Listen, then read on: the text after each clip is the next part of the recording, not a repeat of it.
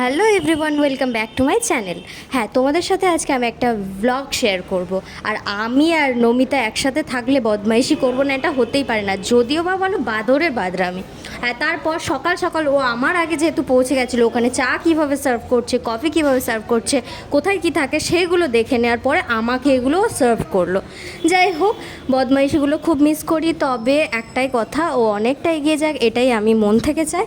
আর কিছু কিছু সময় যে নিজেকে আপডেট করার জন্য, আরও ভালো পজিশনে যাওয়ার জন্য এই ছোটোখাটো জিনিসগুলো স্যাক্রিফাইস করতে হয়। আবার সম্পর্ক হবে, আবার ভালোভাবে এগোবো।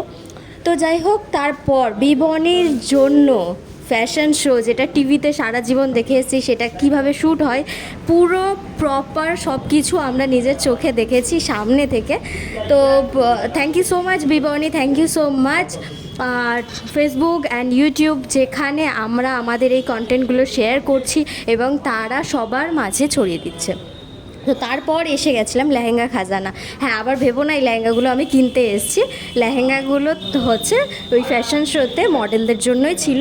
তো তারপর ব্রেকফাস্ট করে আমি আমার কাজ শুরু করে দিই, কারণ আমাদের তো যে কাজের জন্য এসেছি সেই কাজটা কমপ্লিট করতে হবে। যেহেতু বিবর্ণে গ্রুমিং পার্টনার ছিল, সেখানে আমরা গ্রুমিং করানোর জন্য ওখানে গেছিলাম।